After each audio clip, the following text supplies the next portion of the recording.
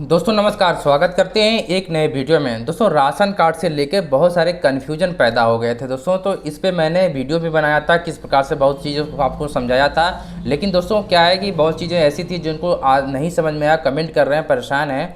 तो दोस्तों आज की वीडियो में मैं फिर से आपको बताऊँगा किस प्रकार से मैंने DSC कार्यालय में फ़ोन लगाया, वहाँ पर बात भी किया और आपको अभी लाइव सुना भी रहा हूँ। आप देख सकते हैं दोस्तों उसमें बहुत सारे कन्फ्यूजन को दूर किया गया है। जैसे दोस्तों मोटरसाइकिल वाले इनके घर पे है, उनको भी बहुत सारे लोगों ने अफवाह उड़ा दिया था कि उनको भी राशन कार्ड सिलेंडर करना पड़ेगा, लेकिन दोस्तों ऐसा नहीं है। उसी प्रकार से मैंने ज़मीन के बारे में भी पूछा, मकान के बारे में भी पूछा, और दोस्तों जो आशा बहुएँ हैं या छोटे मोटे जो नौकरी करते हैं उसके बारे में मैंने पूछा है उस प्रकार से कि किस प्रकार से इनका कन्फ्यूजन दूर किया जाए। आप पूरी वीडियो को ध्यान से सुनिएगा, देखिएगा। उससे पहले दोस्तों स्क्रीन पर आप देख रहे होंगे यहाँ पर मैंने एक दोस्तों नोटिस लगाया हुआ जिला अधिकारी के द्वारा, इस प्रकार से नोटिस आई है। तो दोस्तों इसमें जो गाइडलाइंस जारी की गई, केवल बस आपके पास 7 ऐसी चीज़ें अगर नहीं होंगी तो दोस्तों आप बच सकते हो अपने राशन कार्ड सिलेंडर करने से। तो इसको आप ध्यान से दोस्तों पढ़ लीजिएगा और देख लीजिएगा किस प्रकार से इसमें अगर आपके पास कोई अगर ऐसी चीज़ें हैं तो आप इसमें राशन कार्ड के लिए अपात्र हो जाओगे। तो बस इतना ही चीज़ों को आपको ध्यान रखना। अगर आपके पास इतना चीज़ें हैं तो यहाँ पे और लिखा भी हुआ है नीचे, यहाँ पे नोटिस में अगर आप देखेंगे तो यहाँ पे लिखा भी है दोस्तों, आप देखेंगे कि यहाँ पे कहाँ पे आपको राशन कार्ड सिलेंडर करना है, कहाँ पे जमा करना है, सारी डिटेल्स इसमें वीडियो के डिस्क्रिप्शन में आपको लिंक दे देंगे। इसको आप डाउनलोड करके PDF में आप पढ़ सकते हो। तो चलिए दोस्तों हम DSC कार्यालय खाद्य आपूर्ति विभाग में फ़ोन लगाते हैं या कोशिश करते हैं वहाँ पे फ़ोन लगाने। मैंने काफ़ी बार कोशिश भी किया था, कोशिश कर रहा हूँ फ़ोन पे अगर आपसे बात हो जाती तो लाइव यहाँ पे सुनाऊंगा और आपका कन्फ्यूजन भी दूर करूँगा। तो यहाँ पे देखता हूँ, कोशिश कर रहा हूँ लेकिन फ़ोन उठ नहीं रहा है। हेलो हेलो, खाद्य उपभोक्ता हेल्पलाइन में आपका स्वागत है। मैं शिवम सिंह आपकी क्या सहायता कर सकता हूँ? सर मैं सोशल मीडिया प्लेटफॉर्म से बोल रहा हूँ। सर मुझे थोड़ा सा राशन कार्ड से रिलेटेड जानकारियाँ चाहिए। हाँ सर, बोलिए।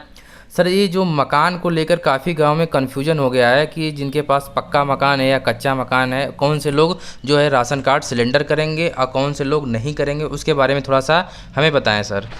Okay sir, okay. देखिए सर, इसमें ऐसा है जी जो सर। गांव वाले हैं जिनके पास पक्का मकान है जी और वो भी जिनके पास 3 कमरा से अगर अधिक मकान है जी तो वो अपात्र के श्रेणी में आते हैं जी और उनको राशन कार्ड सिलेंडर करना पड़ेगा जी। और वहीं पर जिनके पास 3 कमरा से कम है जी वो पात्र के श्रेणी में आते हैं, वो राशन कार्ड ले सकते हैं। जी हाँ सर जी। उसके बाद सर ये जो 4 पहिया वाहन है, जैसे मान लीजिए किसी के पास 2 व्हीलर वाहन है, किसी के पास 4 पहिया वाहन है, तो इसमें क्या जो 2 व्हीलर वाले लोग, काफ़ी कन्फ्यूजन ये हो गया है कि जो जिनके घर पे 2 व्हीलर है उनको भी अपना अब राशन कार्ड सिलेंडर जमा करना पड़ेगा। नहीं नहीं सर, ऐसा नहीं है जी। तो देखिए सर, इसमें 2 व्हीलर के लिए अभी कोई भी गाइडलाइन नहीं आई हुई है। जी देखिए सर, इसमें अगर आपके पास 2 व्हीलर गाड़ी है जी तो आप राशन कार्ड ले सकते हैं, आप अपात्र के श्रेणी में नहीं आते हैं। जी वहीं पर अगर आपके पास 4 व्हीलर गाड़ी है, जी जैसे स्कॉर्पियो, मारुति या आपके पास कोई भी 4 व्हीलर गाड़ी है जी तो आप अपात्र की श्रेणी में आते हैं जी और उसमें आप राशन कार्ड नहीं ले सकते हैं, आपको राशन कार्ड सिलेंडर करना पड़ेगा। थोड़ा सा सर कन्फ्यूजन ये भी हो गया है कि जैसे सर मान लीजिए कोई आशा बहू है या आशा कार्यकर्ता है या कोई सर प्राइवेट में जॉब करता है 10-5 हज़ार की नौकरी, तो क्या उनका भी राशन कार्ड सिलेंडर करना है? सर इसमें ऐसा है जी। कि आप कोई भी सरकारी नौकरी करते हैं या प्राइवेट नौकरी करते हैं जी अगर आपका इनकम 2 लाख से अधिक है जी तो आप अपात्र की श्रेणी में आएंगे। जी अगर वहीं पर अगर आपका 2 लाख से कम का इनकम है जी तो आप पात्र की श्रेणी में आएंगे और आप राशन कार्ड ले सकते हैं।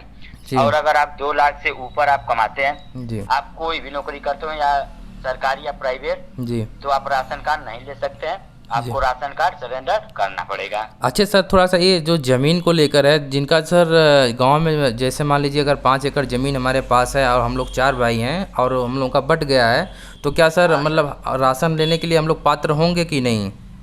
सर ऐसा अगर आपके पास जी 5 एकड़ से अगर ज्यादा आपके पास जमीन आती है जी तो आप अपात्र की श्रेणी में आएंगे जी और आप राशन नहीं ले सकते हैं। जी और वहीं पर अगर आपके पास 5 एकड़ से कम जमीन है जी या आप 5 भाई हो या आप 2 भाई हो जी तो आप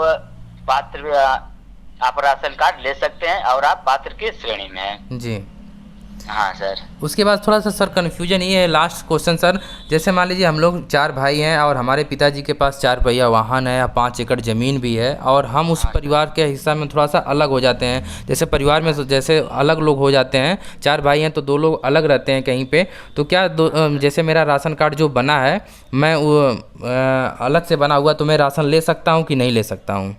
सर उसमें ऐसा है, अगर आप अपने पिताजी से अलग हैं जी और आपके पास अगर जैसे मान लीजिए कि आपके पास अगर आप 2 लाख से अधिक कमाते हैं जी या आप 5 एकड़ से आपके पास ज्यादा जमीन है, जी तो आप अपात्र की श्रेणी में आते हैं, आप नहीं ले सकते हैं। अगर मान लीजिए आप अपने पिताजी से अलग हो गए हैं जी और आप 2 लाख से कम कमाते हैं जी और आपके पास 5 एकड़ से कम जमीन भी है, जी तो आप पात्र की श्रेणी में आते हैं और आप राशन कार्ड ले सकते हैं, आपको राशन कार्ड सरेंडर नहीं करना पड़ेगा। अच्छा। और वहीं पर अगर आपके पास 5 एकड़ से ज्यादा जमीन है तो आपको राशन कार्ड सरेंडर करना पड़ेगा। अच्छे अच्छे अच्छा, जो जो सर ये ज़मीन को लेकर है, जो 100 वर्ग गज दिया है या 1000 स्क्वायर फीट दिया है जो प्लाट है, वो सर गांव में भी लागू होता है कि केवल शहर में ही लागू हो रहा है? नहीं नहीं सर, वो केवल शहर में लागू हो रहा है, गांव में जमीन से कोई मतलब नहीं है। अच्छे सर।